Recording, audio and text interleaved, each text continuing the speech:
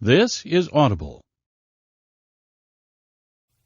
The Power of Goals, The Secret to Getting Everything You Want, written by Daniel J. Martin, narrated by David Kresser. Introduction: The Formula for Success. Ever since I was a child, I've been known for achieving everything I set out to do. I was lucky enough to be born with that gift. Now, I don't mean to say that I was good at everything I did, or that I had some extraordinary built-in talent. My gift was perseverance. If there was something I wanted, sooner or later I found a way to get it. Unfortunately, it wasn't until the age of 30 that I started to know what I really wanted. It's not that I wasted 30 years of my life chasing after the wrong goals. I think they were years of great learning, in which I also did great things, but I would have loved to come across a book like this much earlier. However, like so many other people, it took hitting rock bottom before I could change the course of my life. A journey of self-discovery. At just after 28 years old, I had achieved everything I had set out to do up to that point. I had graduated from college, traveled the world, earned about 3 times more than the rest of my friends, and had a beautiful girlfriend.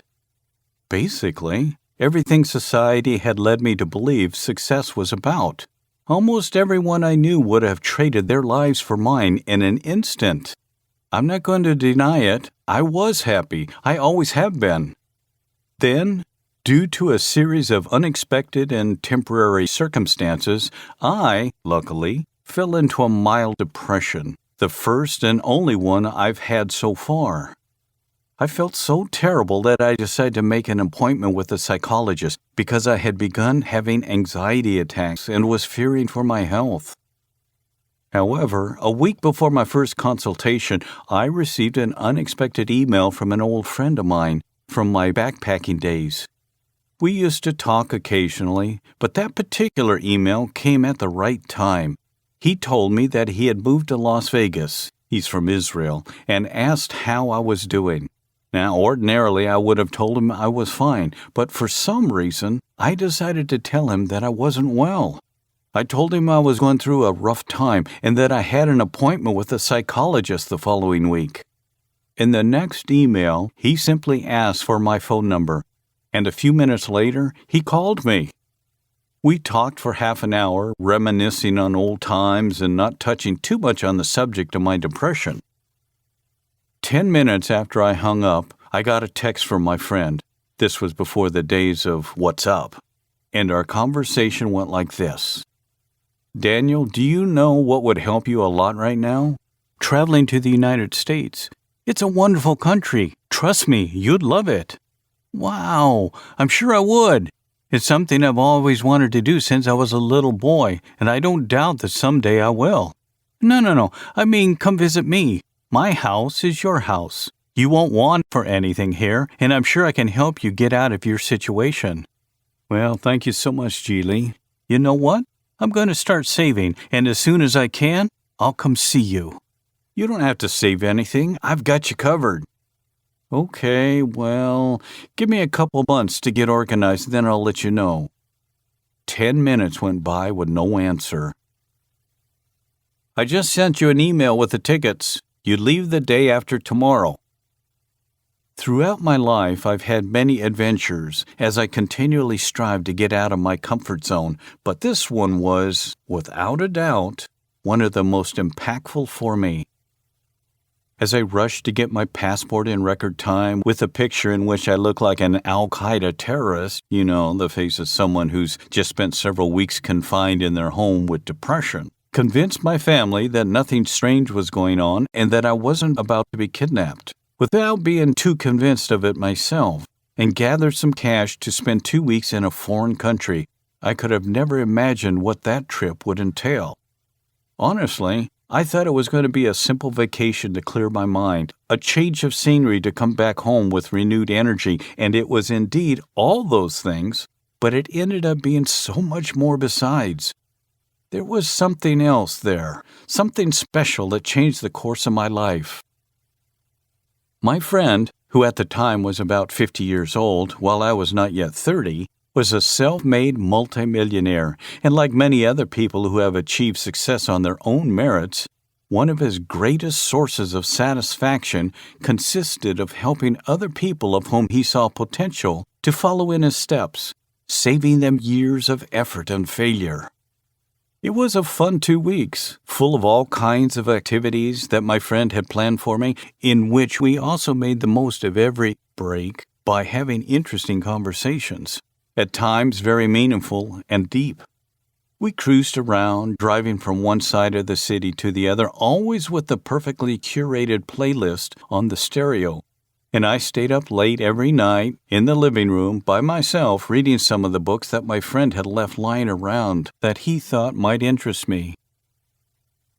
If I had to summarize what I'd learned on that trip, I would do so by applying what I call the formula for success.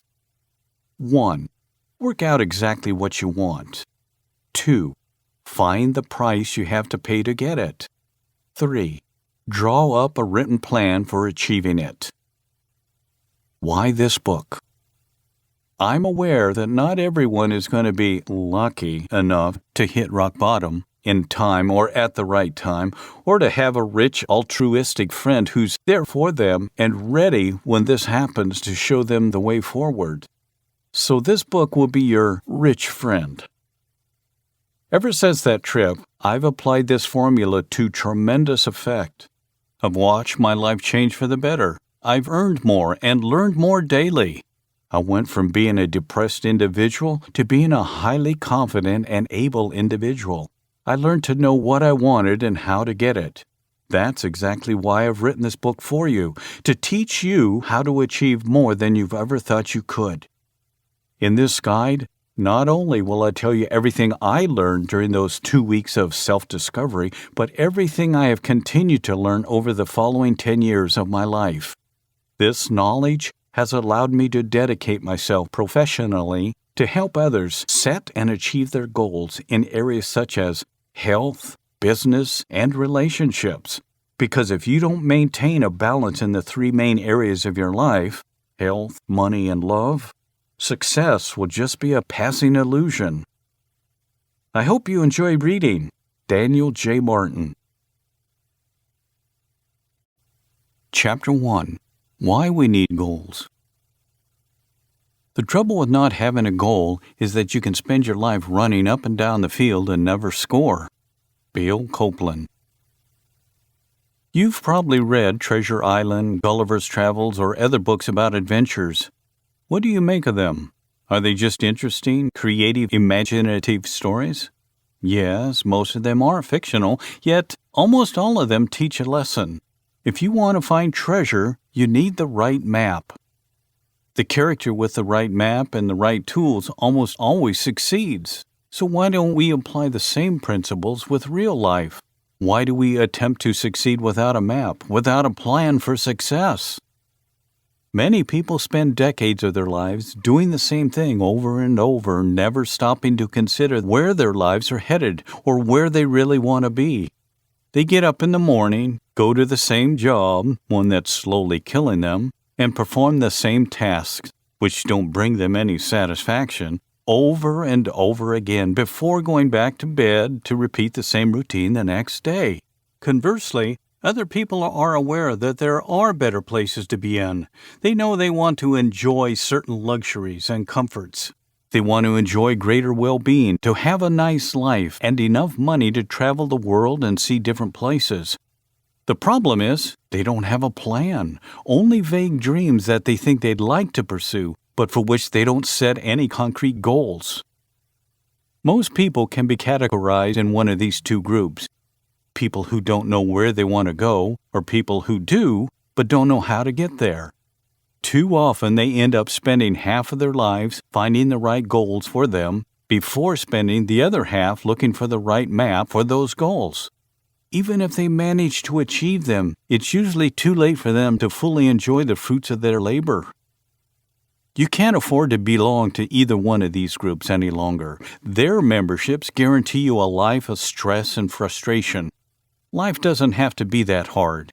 If you want to achieve success and enjoy a happy existence, it's imperative that you learn to set goals and draw up the right plans to achieve them. Many people make mistakes in setting their goals and never recover from them. It's easier to pick yourself up from setbacks in the course of executing plans than it is from making the mistakes that you make when you set the wrong goals. Such mistakes may have to do with the timing of the goals, the nature of them, or the way that you achieve them. In this book, I'll teach you everything you need to know both to set and to achieve your goals. So first of all, I need to show you the mistakes you may have made or may be making still. The most common problems when setting goals. I never figured I'd need help with setting my goals. Most people think like this, but not realizing there are better ways to do things doesn't absolve us of the responsibilities to learn. It is true that the human brain is wired to think in terms of self-sufficiency, but it's better to be aware of the potential pitfalls beforehand. So, what are the most common mistakes we make? 1. Right goal, wrong reasons. Yes, you read that right. You can want the right things for the wrong reasons.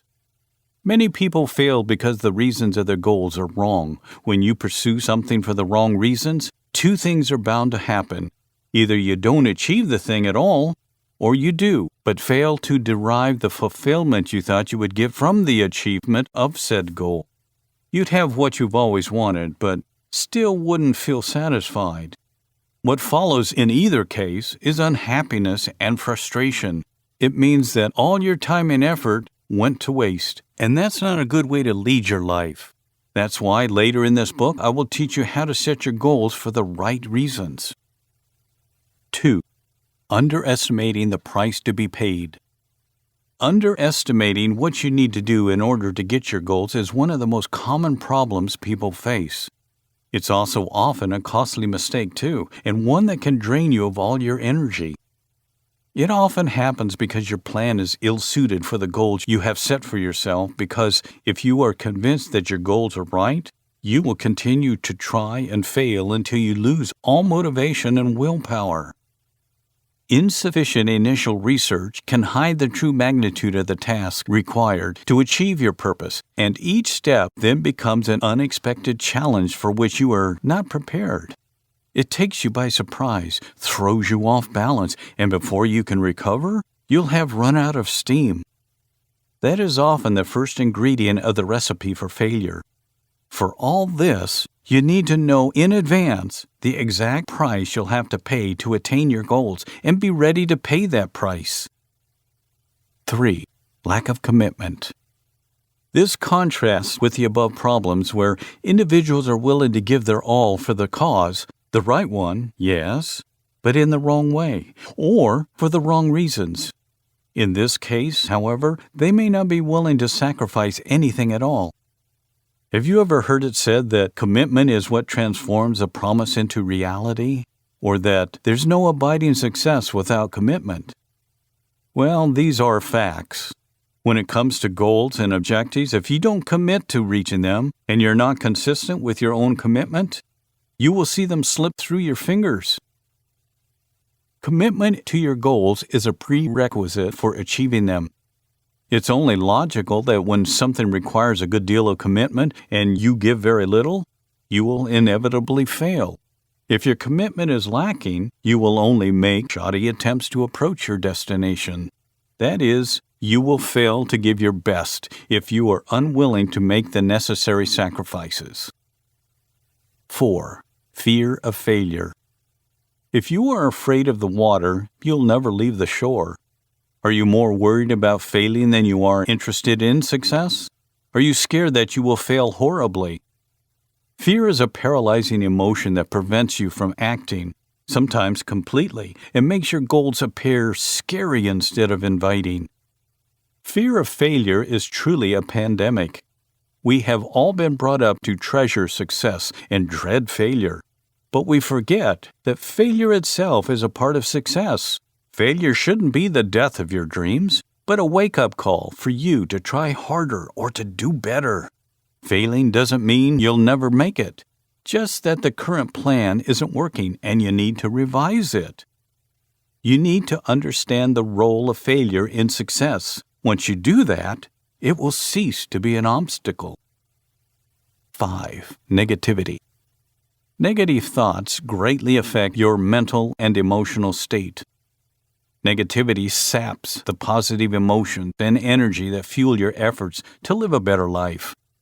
It also makes it impossible to maintain your focus and concentration for long, as it provides you with a long list of excuses for not doing the things you know you should do. What's worse, negativity is contagious. Moving in the wrong circles make it very difficult to generate the necessary motivation to achieve your goals. Negativity is the result of letting bad energies pervade your psyche. If you allow these negative energies to take over completely, you'll be at the mercy of negativity, and it will be tremendously difficult to pursue any dream. 6. Lack of confidence. Self-confidence and self-esteem go hand in hand. You can't lack self-esteem and have confidence in yourself at the same time. Together, they help you determine how much faith you have in your goals, plans, and ability to make things work. Self-esteem is about how much you think you deserve your dreams. It is your own measurement of your worth. If your self-esteem levels are low, you're probably afraid that your goals are too ambitious. You'll worry that you won't measure up, and you'll think that anyone else would be more worthy of achieving those plans or dreams you have for yourself. If you don't believe in yourself enough, you won't be able to sustain your efforts to achieve success. Self-esteem and competence are the fundamental pillars of confidence. It gives you belief in your dreams, plans, and uniqueness. Competence makes you believe in your abilities.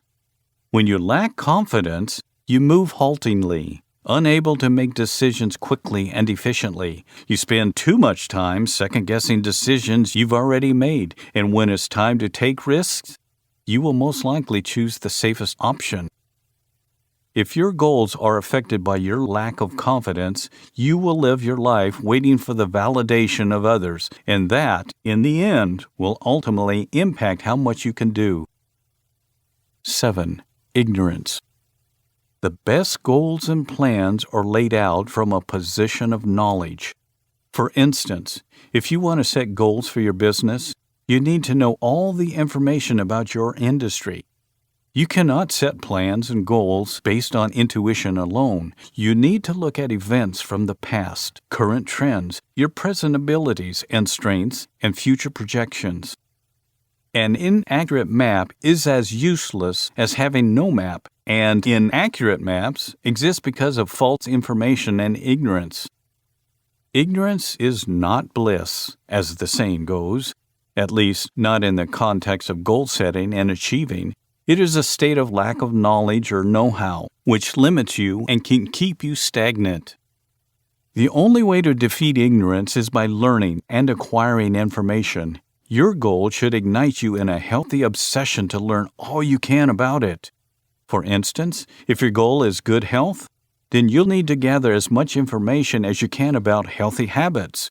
It's the only way you'll be able to plan correctly.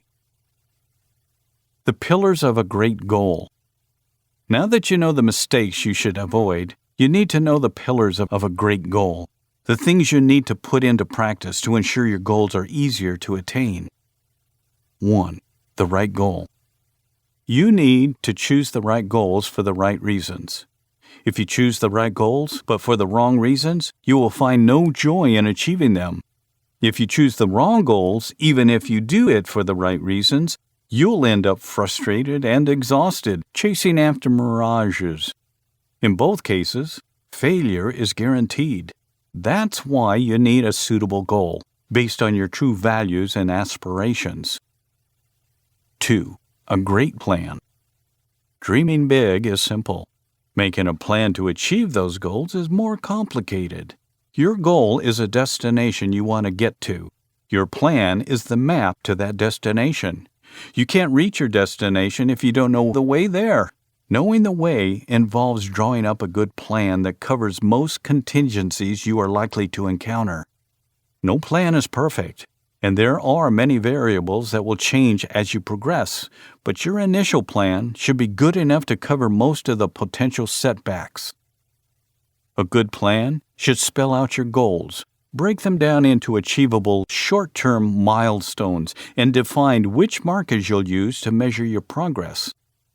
In other words, a good plan complements a good goal. With a good plan, you'll be able to visualize your goal, see it divided into easily achievable steps, and measure your progress towards its achievement. 3. The right knowledge. Without the knowledge needed to set and implement goals, you've got no chance of success. Being equipped with enough information can mean the difference between having to close your business and being the benchmark in your sector, for example. However, you can't expect to obtain the right knowledge if you don't go out and get it. Many people have similar goals. The only way to stand out in a hyper-competitive world is to acquire and accumulate more knowledge than most people and then use it in the right way. Adequate knowledge ensures that you have the necessary tools to attain your goals. 4. Motivation and perseverance. Nothing good ever comes easy. Achieving your goals is undoubtedly a very good thing. Therefore, you can expect it to come with some challenges. Yes, even with a good plan, achieving your goals will bring with it challenges, for which you need to be prepared. Remember that your plan is just an answer to some of the many variables in the complex equation of life, and the challenges will come mostly from variables beyond your control. When these challenges rear their ugly heads, and they will, whether you give up or keep fighting will depend on your level of motivation, rooted in your reasons for wanting to achieve your goals. If your motivation is strong enough, you will be able to look beyond your present challenges and fight for a better future. Motivation, therefore, plays a decisive role in your ability to persevere. Due to our constant search for instant gratification when something is not going according to plan, we find it very easy to give up and focus on something else. This can be a big problem because you need to focus on your goals if you want to succeed. Motivation will be the fuel that ensures you remain interested, enthusiastic, and focused on achieving your goals. Chapter Summary. Setting goals and achieving them is a process fraught with pitfalls and setbacks. The bigger the goal is, the greater the challenges, but the sweeter the victory. You need the right map and the burning motivation to fuel your way towards your goals. Life itself is a journey towards your goals, your destination. Failing to prepare yourself adequately for that journey is going to either sidetrack you or see you quitting at the first hurdle. Why you need goals. You need to set the right goal in order to maximize your potential and your interest in completing them. Make sure your goals are aligned with your true values and aspirations. If not, you won't find any satisfaction in attaining them. Educate and inform yourself. You need to know what you're up against and the price you'll need to pay. Commit to paying that price. Look for the right motivation within you. This will prevent you from throwing in the towel halfway through. Chapter 2. Setting the right goals. All successful men and women are big dreamers. They imagine what their future could be, ideal in every respect, and then they work every day toward that distant vision, that goal or purpose. Brian Tracy. Now that we know the most common problems people face when it comes to setting and achieving goals, it's time to learn how to set the right goals. Decide what you want. How do you know what you want in life? There are so many things to want: love, money, career, success, financial success, fame, etc. Are these the right things to want in life? There's nothing wrong with wanting any of these things, or all of them in fact. They are more or less the ultimate goals. We all want to love and be loved. We want to get to the top of our career and possibly set up new standards for those behind us on the path to success. We want to be financially successful, to have the certainty that we can retire early in life. All these are perfectly normal things to want. The issue is, actually, that if we have many goals in each of these areas, you subconsciously start working towards all of them at once. When you work like this, you end up losing the potential to have an impact. Instead of making vague statements about your goals or chasing several at once, decide what you want right now and go for that. Focusing your skills and qualities on specific goals is better than making scattered attempts at many things at a time. Start with a big, realistic dream. Yes, start with a dream. Now, this doesn't mean you should make your goals a fantasy. Every goal should start with a dream, but it shouldn't end there. Castles in the air, however beautiful they may be, will never be more than mere illusions unless you build solid foundations for them to stand upon. All ideas, before they can stand on their own, have to be conceived, and the stage of conception is important because it dictates how much motivation you can generate. If you create a vivid, absorbing, and realistic dream, you'll have more enthusiasm to get out there and make it happen. You can picture yourself as the president of a large multinational company, the best quarterback in the world, a Nobel Prize or Oscar winner, or, equally possible if you don't believe in yourself, as an utter failure. How much you believe in your dreams will determine, to a great extent, how many of those dreams you'll be able to achieve. Believing in your dreams gives you a reason to work hard and try to make them come true.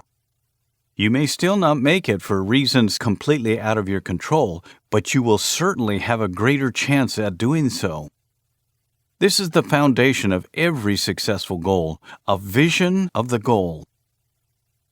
Now, let's talk about various aspects of life where you can set up goals and what possible goals you can set for each of them. I've not arranged these aspects in order of importance because every one of them is as important as the next. For instance, your career impacts your finances, and both will suffer the consequences of poor health, since all of these are interconnected. 1. Career. Where do you see yourself in 5 years? Visualize yourself in the near future. 5 years is a long enough time to be considered a long-term goal, but close enough not to lose its motivational power. It's not that far off. If you know where you want to be in 5 years' time, for example, then you know where you need to be in 3 years' time and what you have to do to get there. If you know your dream for the next 3 years, then you know what you need to do this year, this month, this week, and even today. This means you can start doing the necessary things right away. So I ask you again, professionally speaking, where do you see yourself in the next 5 years? Do you want to finish law school and become a partner at a top law firm? Do you want to start and complete a doctorate? Do you want to scale your business up and delve into new endeavors? Do you want to compete in the Olympics? Career goals are very important because they help you at least 2 ways. First, they add to your net worth and increase your income and benefits. And second, they give you a sound footage to even go further and reach other goals. Set concrete career goals that can change the way you handle your daily tasks. Instead of living in a rut, look to the future and live each day according to your dream in your mind. As the saying goes, dress for the job you want. 2. Finances. What's the point of having a career or college degree if you can't directly increase your income? Goals that are directly or indirectly capable of increasing your sources or level of income should be part of your core goals. While having a master's, for example, doesn't mean that banks are going to give you money just because you flashed your university degree, it does have the potential to set you apart from the competition and land you better, more rewarding roles. Finances are very important. As a friend once said to me, nothing is free, not even in Freetown. The minimum level of comfort you can enjoy is directly related to your ability to pay the bills, and this, in turn, depends on how much you earn within a given period of time. The amount you earn depends on your sources and types of income. I've always taught people they should never rely on a single source of income, but rather have alternative sources of passive income that bring in cash for them. So, when it comes to finances, your goal should be twofold: to increase your current level of income and to increase your sources of income. These two goals will give rise to other, smaller goals you can work on in order to increase your financial security. More and greater income means being able to not only cover your basic needs, but to also satisfy your desires, reasonably, of course, and create funds for a rainy day and for your retirement, among other things. 3. Health. Health is wealth. Every other thing you may want in life pales in comparison to good health. That is why, at every stage in your life, you should devote proper attention to your health, getting regular checkups, and develop healthy habits. It's also important to aspire to be in good physical condition. It's not just a matter of looking good. Being physically fit will keep your body healthier. Although the number of people that are choosing to take care of themselves on the outside is increasing, many are neglecting themselves on the inside, an unforgivable mistake, because the pillars of good health are not only physical but mental and emotional too. Ideally, there should be a balance between body and mind, so you should set yourself goals that allow you to optimize your mental and physical health. 4. Relationships. No man is an island. We exist as part of a society, and that means we must relate and interact with others in all kinds of situations and conditions. The good thing is, you have power over what sort of relationships you choose to have, because the kind of people you associate with in your private, public, and professional lives will directly and indirectly influence who you are as a person. You might have heard the saying, "We are the average of the 5 people we spend the most time with." This is why you need to set relationship goals. Draw up principles and rules for the way you relate with people.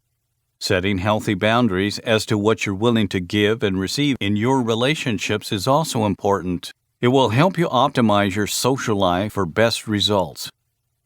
Wrong reasons for wanting what you want. 1. Unhealthy competition. Competition is good, but not in all circumstances. Unhealthy comparisons with other people may damage your self-confidence beyond repair and even make it impossible for you to be genuinely motivated. What you need to know is that circumstances are often unique and different, even in people with similar goals, so you're not doing yourself any favors by drawing comparisons to other people. Quite the opposite. Don't crave a goal just because other people have a similar target. Don't chase a goal for the sake of achieving it before other people do, because you won't find the usual feelings of success or satisfaction that will follow an achievement. 2. Seeking external approval. Why have you set out to achieve your goals? Is it to seek the approval of other people? If the answer is yes, then you are pursuing your goals for the wrong reason. Seeking the approval of others means you lack self-esteem. It means you are living your life based on the validation of others. What happens then if you complete your goals and the external validation you crave never comes?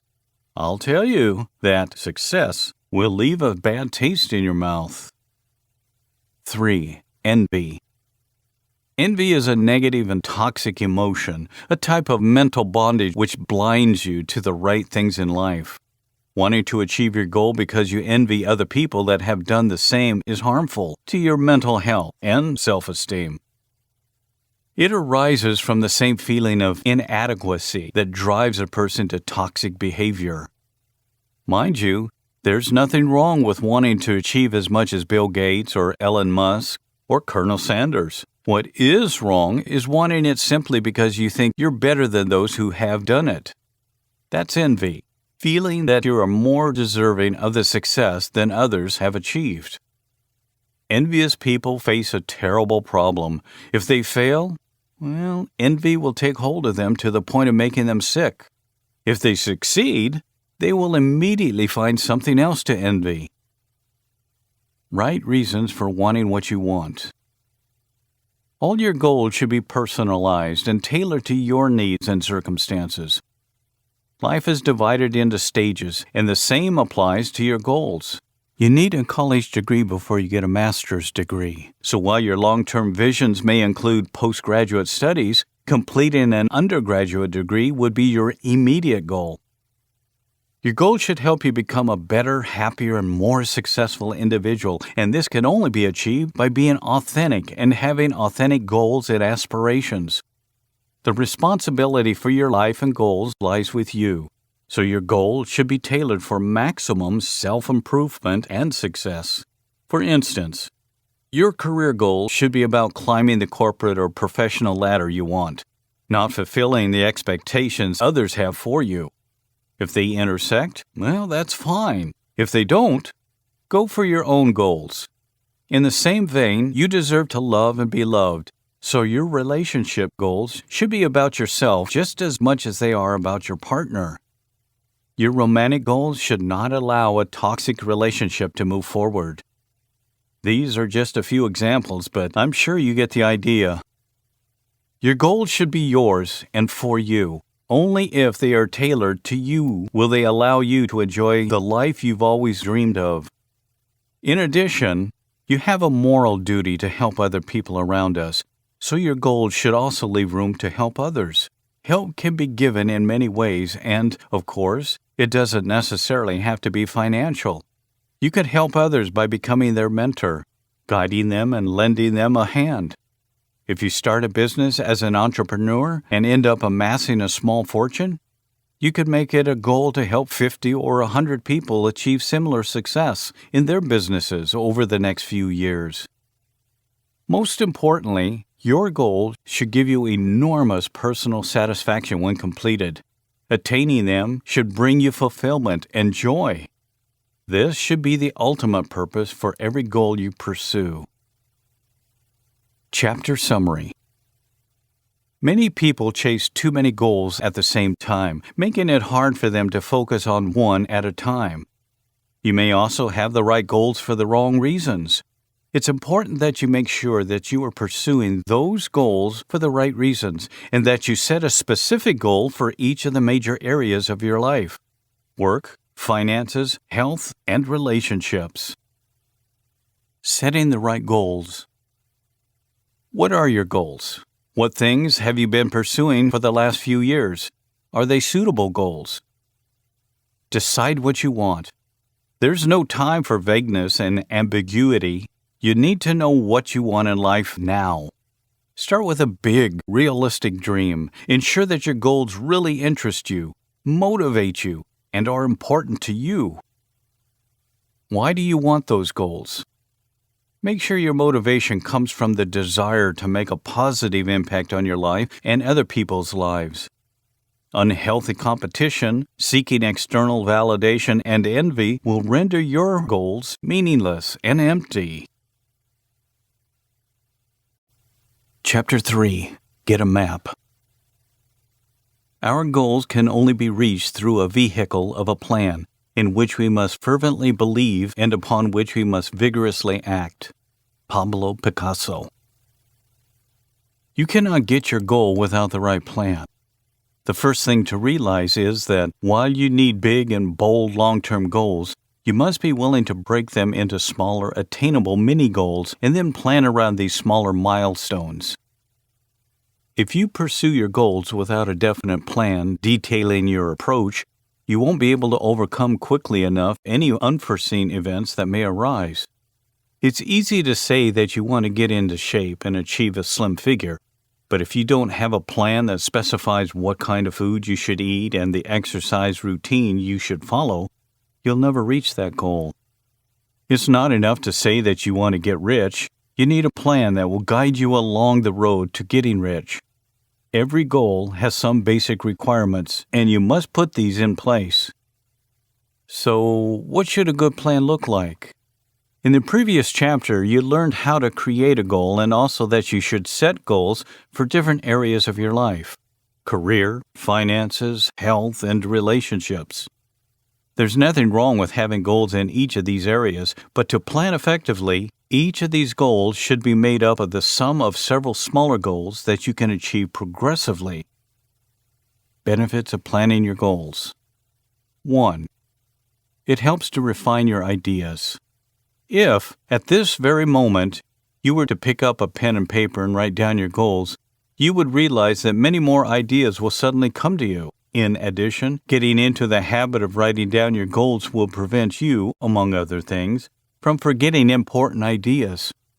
Planning your goals in writing makes it easier for you to review and redefine them as much as necessary before taking any type of action.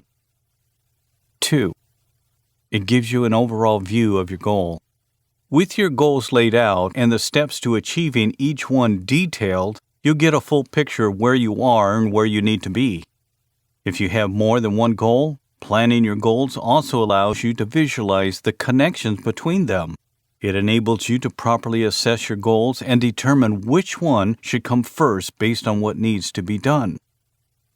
3. It helps you identify pitfalls in your plans. Once you have a perfectly defined plan laid out in front of you, not only will it be easier for you to determine what needs to be done, but also what not to do. Planning will help you anticipate potential obstacles as you try to determine which actions are most conducive to achieving each of your goals. An action plan for your goal, simply put, helps you identify flaws in your plans and obstacles to making them happen. 4. It helps you measure your progress. A good action plan contains a detailed description of what you need to do, when, how, and what results to expect. With those details in place, you have a yardstick for measuring your progress towards achieving your main goal. Think of it like taking different courses at a university, where there are certain numbers of exams you need to take or papers to submit each year. Your performance in your first year determines your average grade for the course. Add in what you do in your second year, and you'll have a new grade point average. As you move through the program, you'll have the awarenesses of how well you've done and how much remains to be done. 5. It saves you time and resources. Based on everything you've seen so far, one thing is clear: a good plan can save you a lot of time and effort. When you plan your moves in advance, you'll avoid obvious mistakes. We can't deny the fact that it's easier to get into something than it is to get out of it. By carefully planning for your goals, you'll make the necessary precautions before committing your resources to a project that may or may not come to fruition. Features of a good action plan. What features does a plan need to have for it to be considered excellent? 1. Start by clearly writing out your goals. A solid action plan begins with a desired goal clearly written out. Yes, you need to put your plan in writing, because this gives you a clear vision of where you're headed. You need to know your eventual goal before you can break it down into smaller milestones. You'd be surprised by the number of people that have only short-term goals, but no long-term. They simply move from wanting one thing to wanting the next. They may want a new car for some months until they either get it or give up, and then switch their attention to losing those extra pounds, for example. These smaller goals may be wonderful, but without a clear, big, long-term goal, those people might look back and find it hard to link all of these small, isolated successes to a life of purpose, which can end up making them feel empty. So you need to write down your ultimate goal in a statement that summarizes every smaller goal or milestone you'll need to complete in order to achieve your main goal or objective.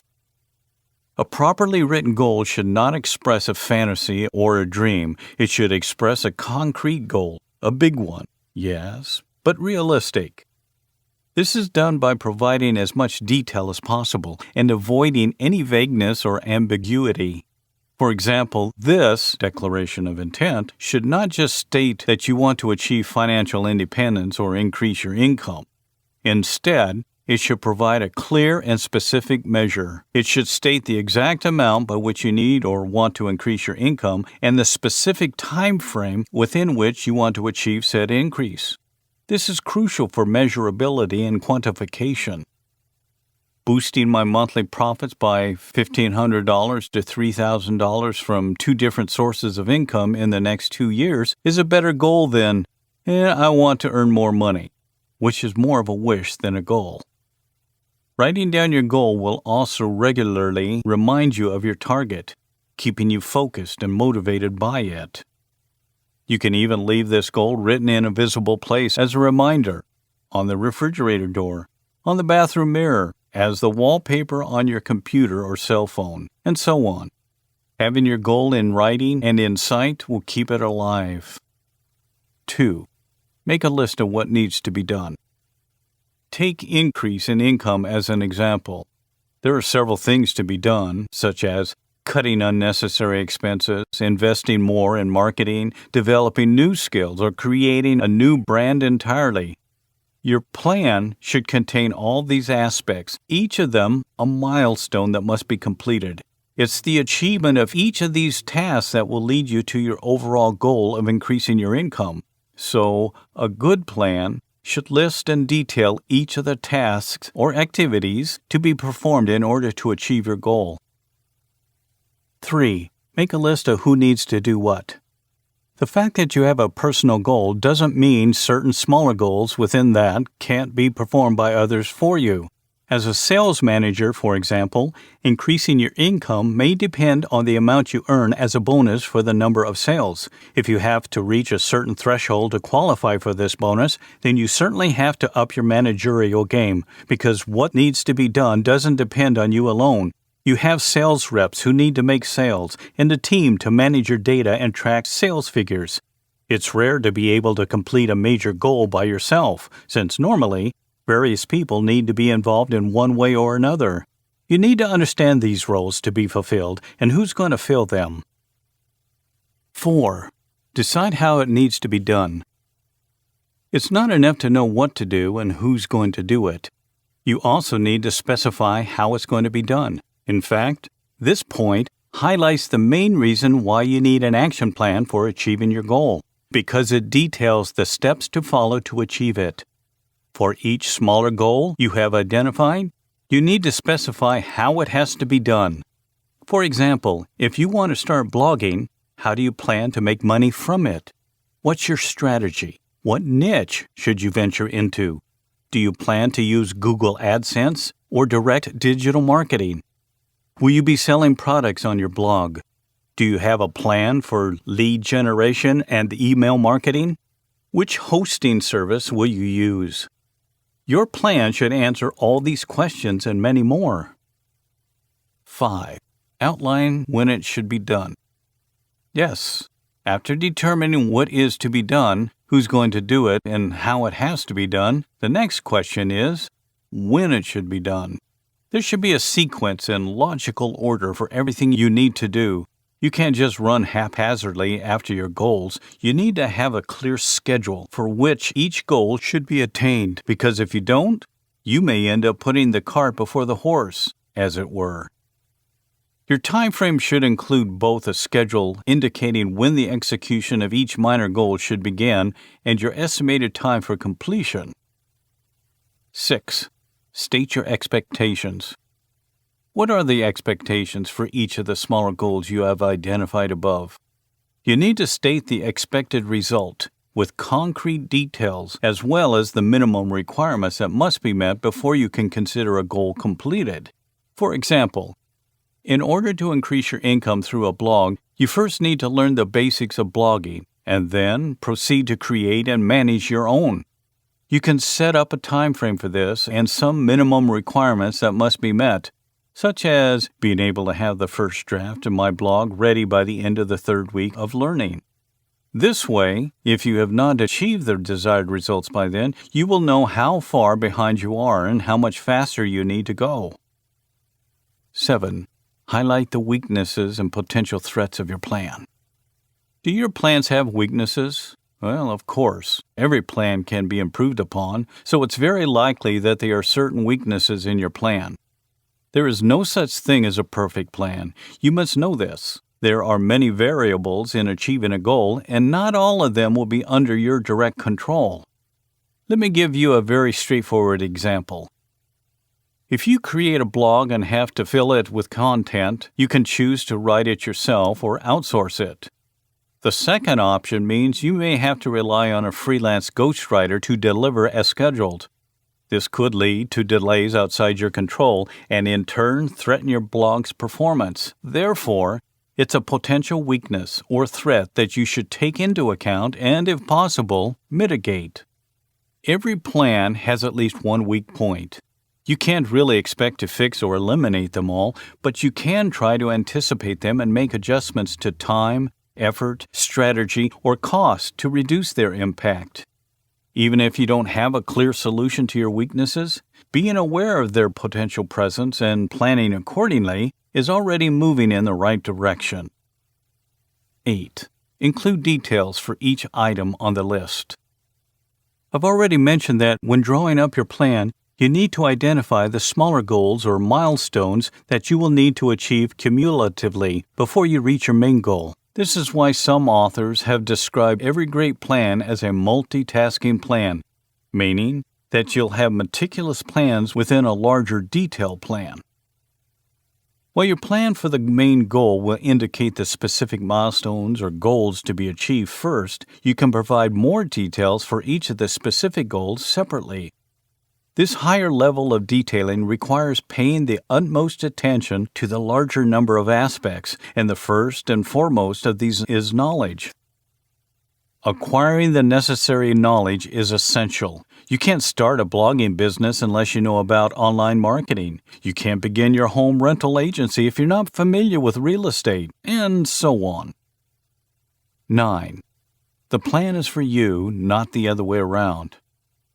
It is said that law is made for man and not man for the law. This also applies here. The plan is made for you, not you for the plan. Understanding this will prevent you from blindly following a plan. If something goes wrong or there's a change in the variables, you should be bold enough to make adjustments, provide alternatives, or draw up a new plan entirely. Your interests should be the main priority. Don't let emotions keep you clinging to a plan until it's too late. The essence of planning process. Okay, let me offer you a reality check. You can't achieve success by following the plan you've drawn up to the letter. Why? Because factors are never permanent, and you will have to continuously adapt to new realities. Plans are based on our assumptions of what the variables are at the time of making them. Think of plans as going to war against an enemy. You gather as much intelligence as possible about the enemy, the size of their army, the type of weapons and ammunition they'll use, their past success, and their allies. You prepare your battle plan based on that knowledge, and then you go to war. On the battlefield, you discover that not all your information about the enemy was correct. You might have planned to face a large army, but ended up facing a smaller one, or vice versa. Perhaps their weaponry turned out to be greater than you thought. They had unexpected allies, and so on. At this point, you're going to have to modify your original plan if you want to stop the enemy outmaneuvering you and defeating you in battle. Life plans work in the same way. The moment you start implementing your plan, you may realize that you had underestimated or overestimated certain things. This will require you to modify not only your approach to the goal, but also the resources necessary to achieve it. In fact, in some cases, you may end up having to modify 50% of your plan, if not more.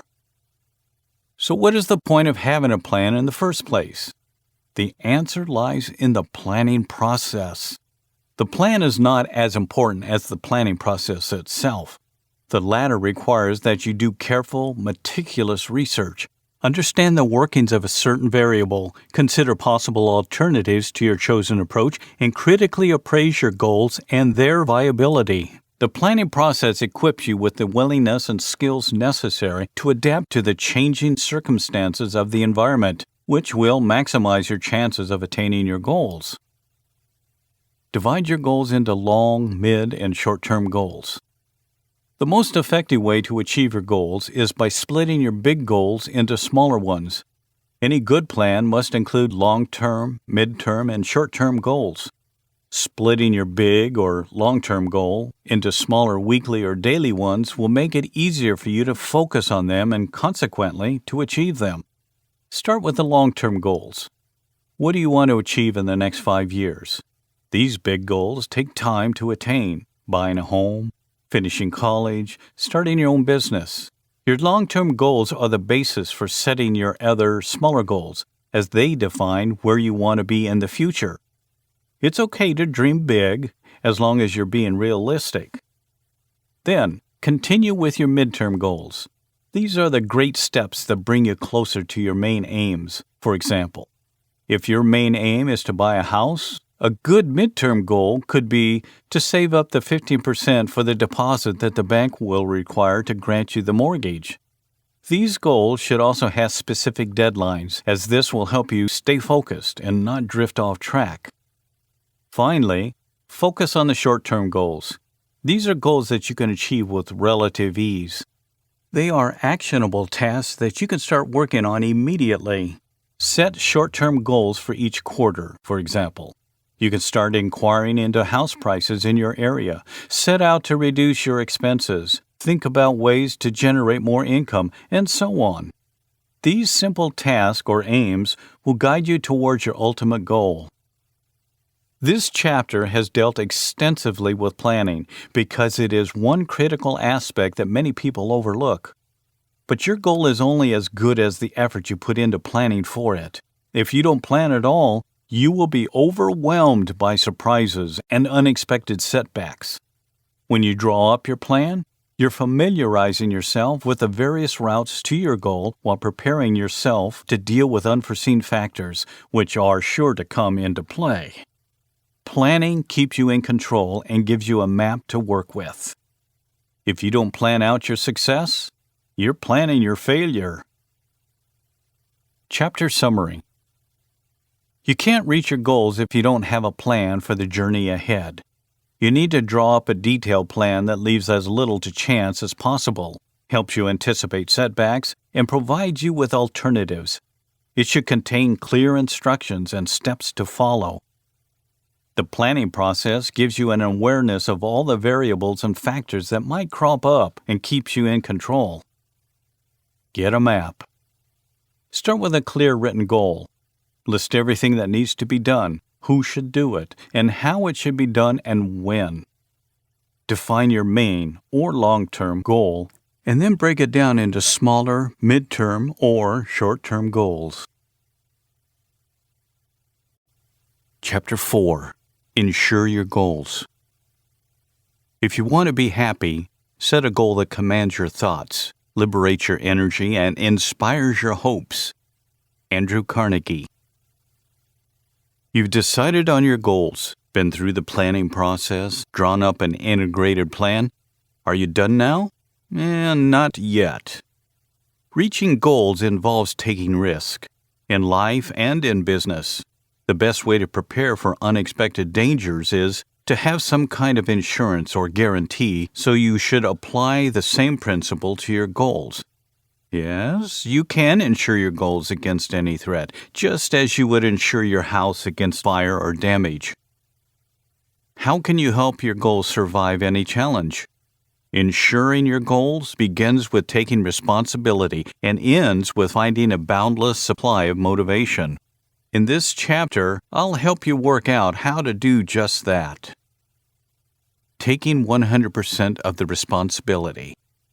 We're wired to find an excuse for any undesired situation we find ourselves in.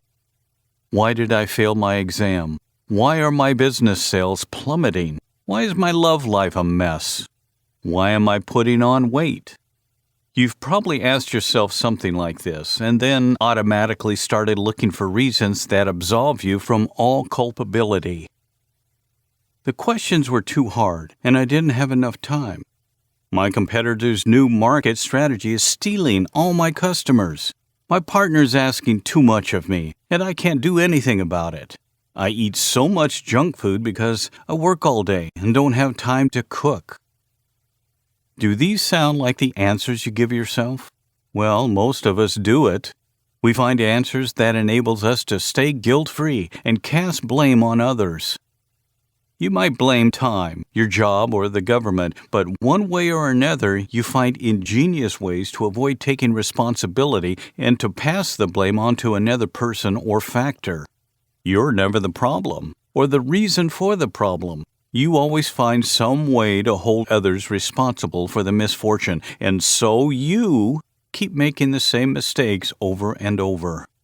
Until you can admit that the problem lies with you, you won't make any effort to change what it is you're doing. Unfortunately, this also makes it harder for you to achieve your goals. Why? Because before you've even started pursuing them, you've already passed responsibility for them onto other people or factors outside your control. As such, the first part of your insurance policy involves taking total responsibility for your goals, your plans, and the results you get. Yes, I'm telling you to start taking the blame for your mistakes. Sorry, it wasn't the questions that made you fail your test. It was your lack of effort. Your boss isn't the reason you got fired. You are. Maybe they had to make cuts and you weren't valuable enough to keep on payroll. Your partner isn't the reason you're getting fat. You are. No one's been holding a gun to your head to make you eat junk. Even when other people have harmed you, you're still at fault. Why? Because how you react to that depends on you. Only you can decide to take attacks personally and allow what others say or do to hurt you. We cannot choose our external circumstances, but we can always choose how we respond to them. Epictetus. Your reaction to things that happen in your life will determine what you can achieve. No one can wipe away your smile unless you let them. No one can make you feel miserable if you don't tolerate it. You won't gain weight if you take action to stop it happening. You won't. You are responsible for 100% of the results you obtain.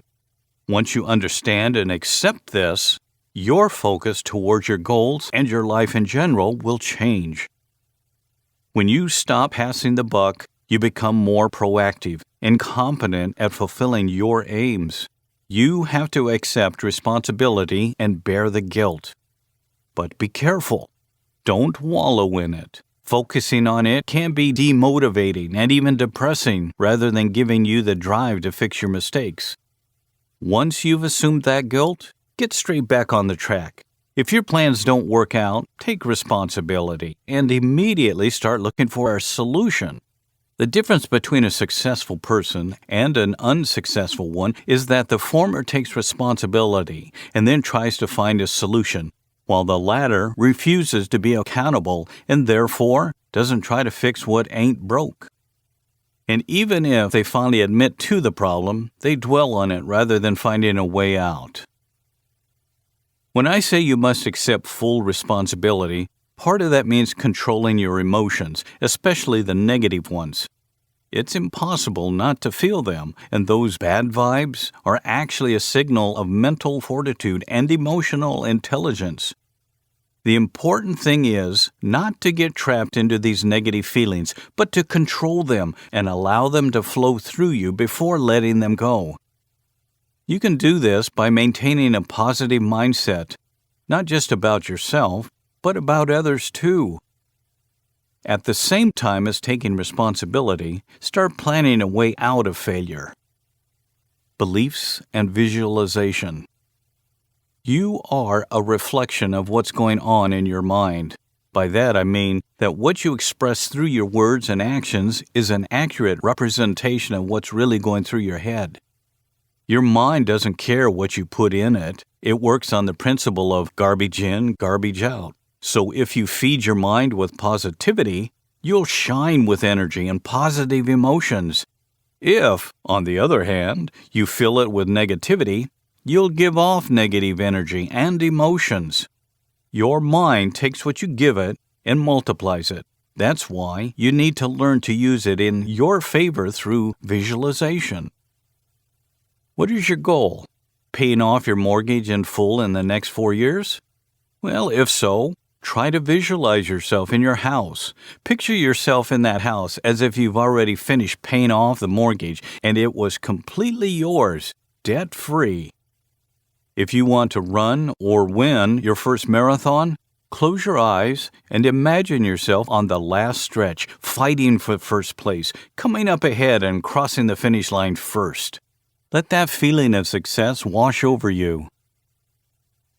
The power of visualization starts with the power of believing in yourself. If you believe you're truly capable of achieving something, then picturing yourself as if you've already done it won't be hard. You become what you think about most of the time. Brian Tracy. Yes, your actions reflect your thoughts, and your thoughts reflect what you believe about yourself. If you can keep visualizing your goals, you'll be able to reach them. Visualization will serve as a kind of insurance for your goals, etching them into your subconscious. Once your goals are part of your psyche, your actions will drive you towards them without even thinking about it. Align your goals with your values. One reason why many people never achieve satisfaction is the dissonance between their actions and their values. True happiness occurs when your life on the outside is a reflection of your life on the inside, of what's going on inside you.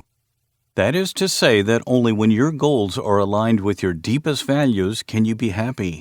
So, lining up your values with your goal is another way of ensuring them, because if you're doing what makes you happy, you'll never stop chasing your goals. To do this, you need to make sure your values are sincere. That's why, in earlier chapters, I insisted on setting goals that match up with your true aspirations. Apply zero-based thinking.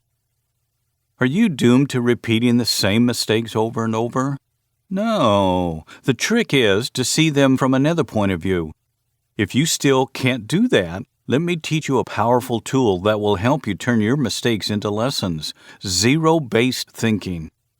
It's a technique that allows you to analyze and objectively assess your present and future decisions based on your own past experiences. The fundamental premise and starting point of this is to ask yourself the following question. Knowing what I know today, would I make the same decision again? Say you're not happy in your job. The effort-pay ratio isn't what you'd like it to be. Your bosses or colleagues make your life difficult. You feel wasted and frustrated by the results you're getting. If you could go back and be offered the same job again, knowing what you know about it now, would you take it? If the answer is no, you know you need to make a change, maybe a radical one, to get yourself out of that situation. If, on the other hand, your answer is yes, even knowing the disadvantages, then you know you're advancing along the path you chose, though it might need a little adjustment. If you met your current partner today, knowing everything you know about them now, would you start that relationship again? If you hadn't decided to make a certain investment or get involved in a particular business, would you do it again, knowing what you know today?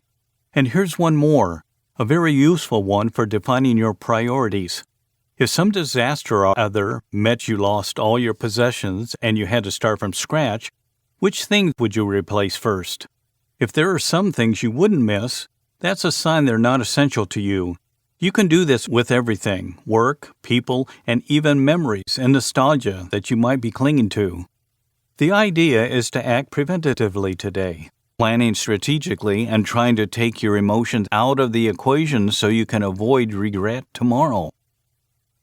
If you're already regretting a decision you made, this tool will help you dot the I's and work out which things you should stop doing or start doing differently.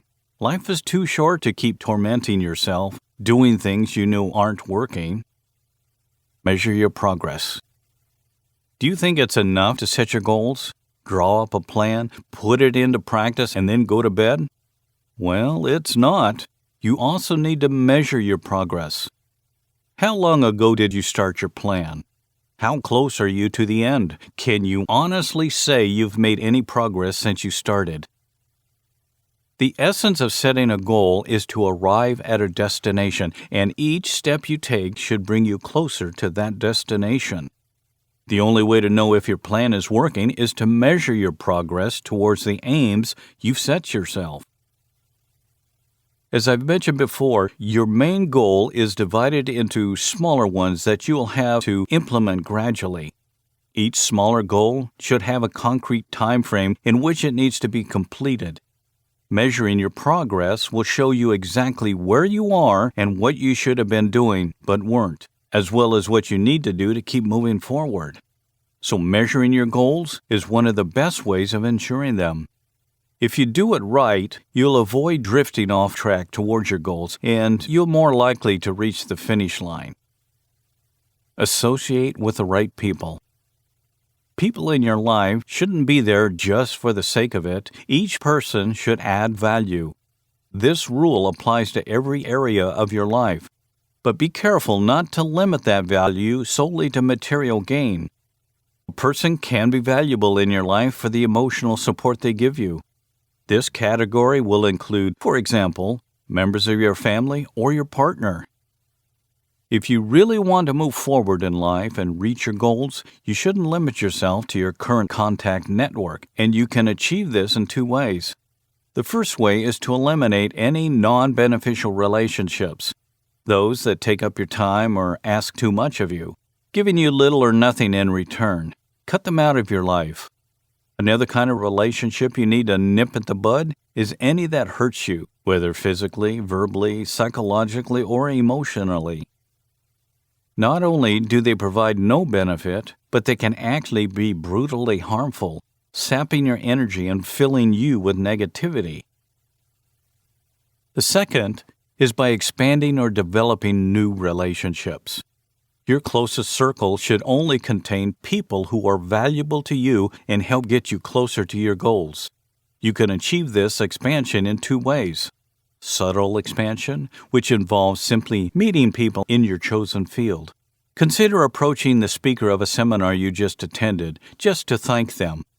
That friendly gesture will make it easier for you to establish a more meaningful relationship in the future. There's also direct expansion. This is about people you really need in your life. It could be some new creative talent you need to hire or a mentor to advise and guide you. Don't be afraid to approach these people. If they are truly essential to achieving your aim, you'll be sabotaging yourself if you don't do it. Remember the rule. Everyone in your life should add value to it. Manage your time effectively. Time is a difficult concept to define. It describes how an event relates to another in chronological terms. When you talk about doing something within a set period of time, what we are really saying is that we want to synchronize that activity with the development of another or with other events. So it's actually ourselves, not time itself, that we need to manage in order to complete activities or fulfill goals in the time that we want to. That said, to keep things simple, we'll use the term time management. The greatest threat to good time management is procrastination. The thief of time. We tend to procrastinate when we have, or think we have, more than enough time to complete a task, or when we feel overwhelmed by it. The trick is to find a way to intentionally reduce the time available for completing it in a way that you can't then extend it arbitrarily to make up for the time you've lost.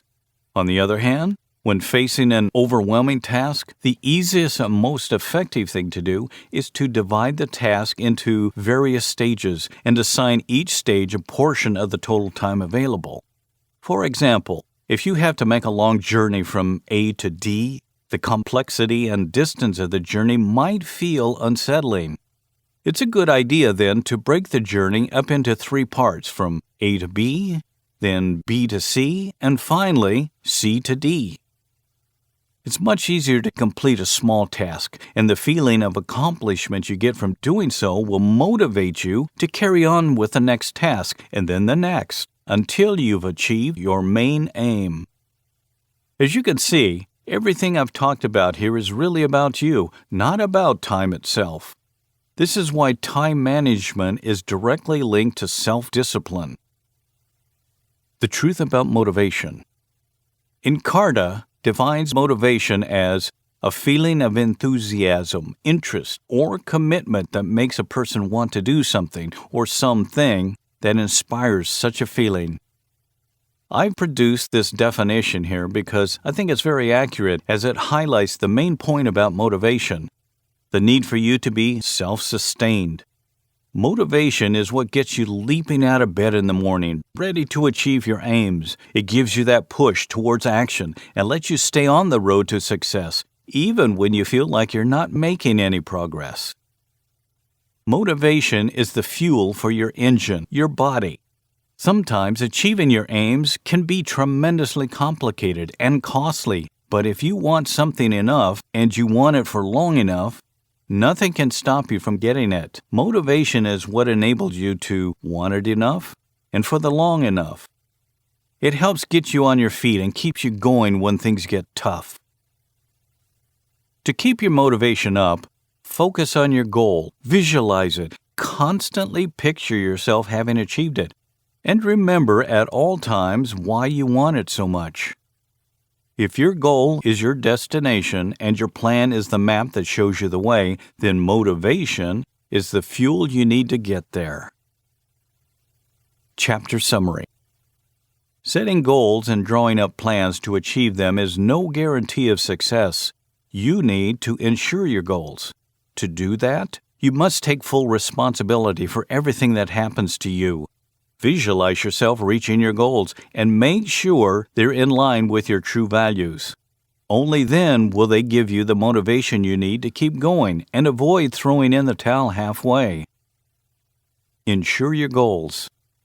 Your progress towards your goals must be constantly measured and evaluated. You need indicators to help you do that. You can analyze each smaller milestone you've set yourself and see how many of them you've completed on schedule. Apply zero-based thinking to get out of situations in your life that you never would have gotten into if you had known what you know now, or at least to help you make the necessary changes. Manage your time effectively. Time is a measure of success. Eliminate distractions and avoid procrastinating. Focus on what you need to do and tackle tasks decisively in order to complete them as fast as possible. The people around you affect your ability to work towards your goals. Maintain healthy, beneficial relationships and cut out negative people. Use visualization to etch your goals into your subconscious. That way, sticking to your plans will become second nature. Chapter 5. If you fall down 7 times, get up 8. In order to succeed, you must fail, so that you know what not to do the next time. Anthony J. D'Angelo. Imagine you're out horseback riding. Suddenly, the animal rears up on its hind legs and throws you to the ground. What do? Do you just sit there, refusing to get back on, or do you try to work out why you fell off and get back on? Let's relate this metaphor to a real-life story. In the early 2000s, J.K. Rowling became the first female author in history to become a multimillionaire, thanks to her critically acclaimed Harry Potter series. But this success story was anything but easy. In fact, the writer had so many problems that no one would have blamed her for giving up and abandoning her goals. Joanne Rowling was born into a working-class English family on July 31, 1965. From early childhood, Joanne was always interested in stories and would write fantasy fiction to read to her sister Diane. But her efforts and wishes to make a living as a writer didn't garner her much support from her parents. In 1982, she took her entrance exams for Oxford University, but she didn't get in and ended up studying French at the University of Exeter, intending to find work later as a bilingual secretary. After graduation, she got a job as a translator for Amnesty International, but she didn't enjoy secretarial work. She simply wasn't born for it, so she quit. In 1990, the inspiration for the theme of the Harry Potter books came to Joanne while she was waiting for a train from Manchester to London. Sadly, that same year, her mother Anne died following a 10-year battle against multiple sclerosis. This greatly affected Joanne's life and her writing. To escape her grief and after reading an ad in the Guardian newspaper, she moved to Oporto in Portugal to teach English. Within 18 months, she had married a Portuguese journalist, conceived her daughter Jessica, and got a divorce. In late 1993, she moved back to Britain without a penny to her name, with no clear plans for the future and dependent on government welfare. But despite the difficulties she faced, Joanne kept her passion for writing alive, and in 1995, her first manuscript was finally finished and ready for publication. So, publishing houses must have been fighting for the rights to her book, right? Not in the slightest. In fact, 12 big publishing houses rejected her work. It was a small company who finally took a gamble on her and published her book, but not before advising her to start looking for another job because she wasn't a very talented writer. And the rest is history. It's easy to look back at similar success stories throughout history and focus only on the victories, but you must remember the failures and obstacles those people had to overcome to get there. J.K. Rowling suffered from depression, lost her mother, went through a marriage breakdown, and was left penniless while taking care of her daughter. But she never gave up. She knew that all the setbacks and adverse circumstances she faced were valuable lessons taught to her by failure. When failure is your teacher, you pay more attention because you'll do anything to avoid failing again. You can't succeed without failing along the way. In the words of Sir Winston Churchill, success consists of going from failure to failure without loss of enthusiasm. So instead of focusing on falling off your horse, concentrate on getting straight back on. Setbacks can happen in many different ways, but even then, none of those setbacks you'll have to face will be new. Many people have been faced and overcome them before you. In this chapter, we'll look at how to deal with these hitches or unexpected situations to help you achieve your goals. Look at failure from a different point of view. 97% of people have just one way of viewing failure, as a defeat. This is one of the main reasons why they stagnate and realize they've achieved little or nothing over the course of their lives. The remaining 3% see failure differently, and that's what helps them succeed over and over again in life. If we could choose, I'm sure we'd all want to belong to the little 3%. So the question is, how can you start to look at failure differently? Failure is not defeat. It is simply a lesson that teaches you that your current method isn't working. From there, you might need to revise your techniques or look again at the problem you're trying to resolve. Let's take, for an example, one of humanity's greatest accomplishments, flying. Since time immemorial, man has wanted to sail through the air. 1,000 years ago, we were masters of the earth and sea, but we still hadn't conquered the sky. Without feathers or wings, it seemed like an impossible feat, and though the greatest thinkers of the era had insisted man would never fly, an eminently sound judgment, we couldn't shake the desire to do it. Humans made hundreds of attempts to get off the ground, some comic, others tragic, but we never gave up, and something extraordinary began to happen. Our failures were making each attempt better than the last. Finally, on December 17, 1903, brothers Orville and Wilbur Wright made the first manned flight in history. It lasted 12 seconds and covered 120 feet. After everything, we had achieved flight. And what about the story of Thomas Edison and his light bulb? Depending on who you ask, Thomas Edison was not the true inventor of the light bulb, as others had already done it before him. But what others had invented were not commercially viable bulbs, and this was Edison's area of focus. The solution didn't come quick or easy. Reports tell of thousands of failed attempts, but Edison never lost heart, and in 1880, he finally succeeded in producing the first commercially viable light, and left us with this famous quotation for posterity: "I have not failed. I've just found 10,000 ways that won't work." Temporary failure always precedes success. It doesn't prevent it. As such, you should look at failure as a springboard to success.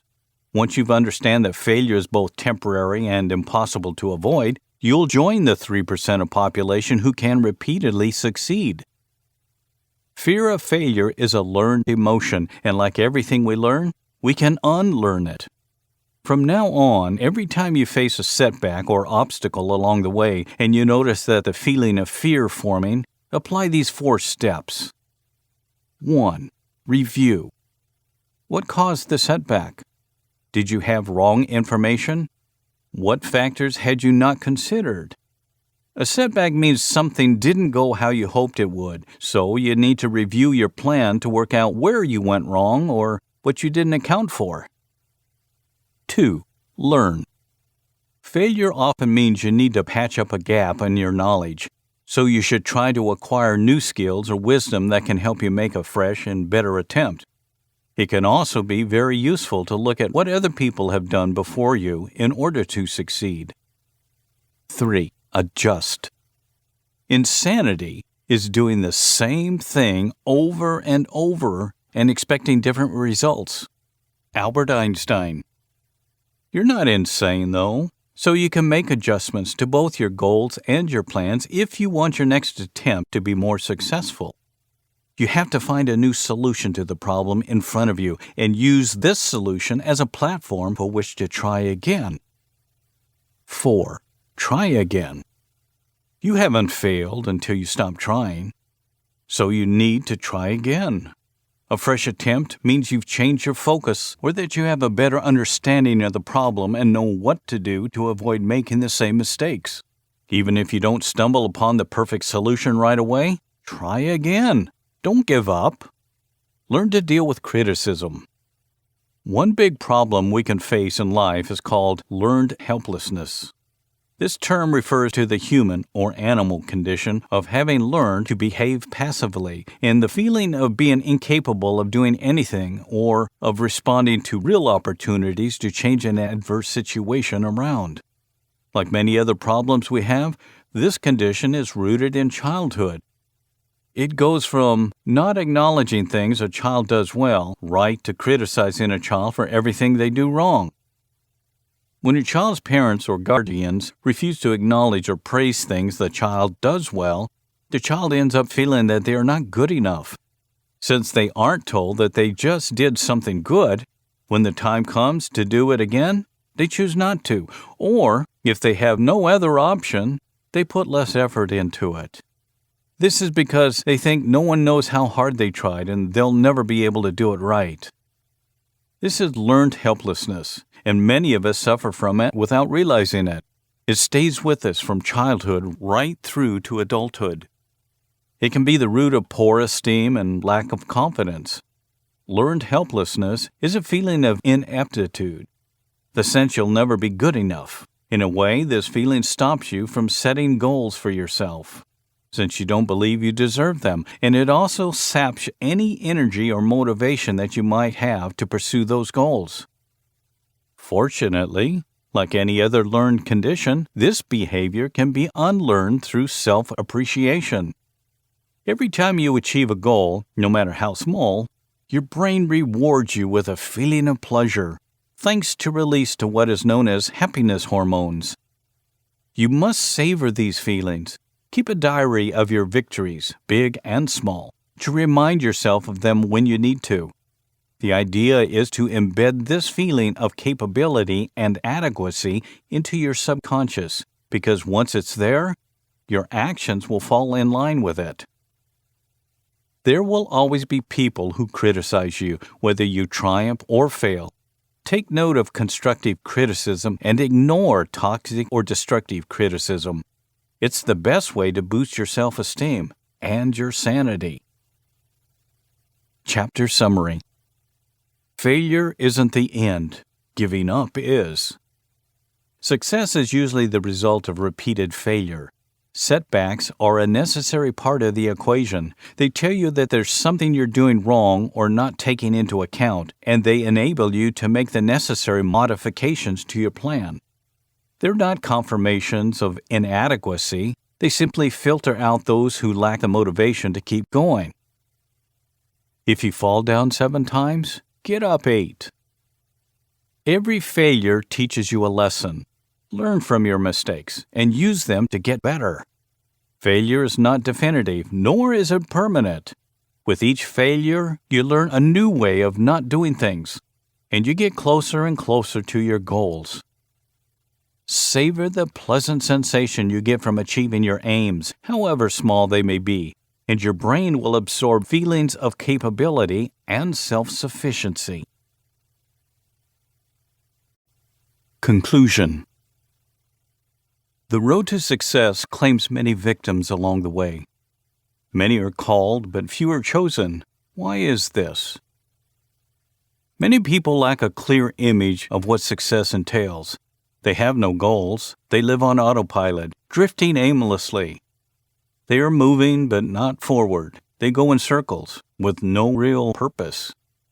Other people know exactly what their goals are, but don't have the map they need to get there. Instead of creating their own plans towards their aims, they continue to waste time on other people's plans. They embark on several plans at once, and they may end up getting to many places, but none of them are where they really wanted to be, and frustration ensues. Some people have clearly defined goals and the right map to reach them, but they lack the necessary motivation to do so. These people always throw in the towel halfway and abandon all their attempts. This is a particularly sad situation, as they may run out of steam when they are almost there. They might even encourage others to show them the way, but not able to get there themselves. They know how to give the right advice, they just don't know how to follow it. Defeatists don't achieve their goals either, because they give up in the face of failure and setbacks. They don't understand that failure exists to teach them a lesson, and instead of creating alternative solutions, they choose to give up and try their hand at something else. I don't think it's an exaggeration to say that people who give up fail in the most cowardly way possible. If you want to succeed, you can't afford to fall into any of the above categories. You need a goal, a plan, motivation, and perseverance. In this book, you have learned why you need a goal that gives you a destination. You should choose your goals for the right reasons if you want to stay focused and motivated. You also need a good plan, tailored to you, that can serve you as a map to help you reach your goals little by little, setting smaller milestones that keep you passing until you reach your main objective. Motivation is non-negotiable. You must shape your way of thinking so that it becomes a vehicle to carry you to your destination. To do this, you need to surround yourself with the right people, learn to manage your time, and ensure your goals are in line with your principles and values. Finally, when obstacles present themselves, persevere and overcome them. You need to be flexible enough to avoid pitfalls without getting off track, while being firm enough to get through some of them when you have no other choice.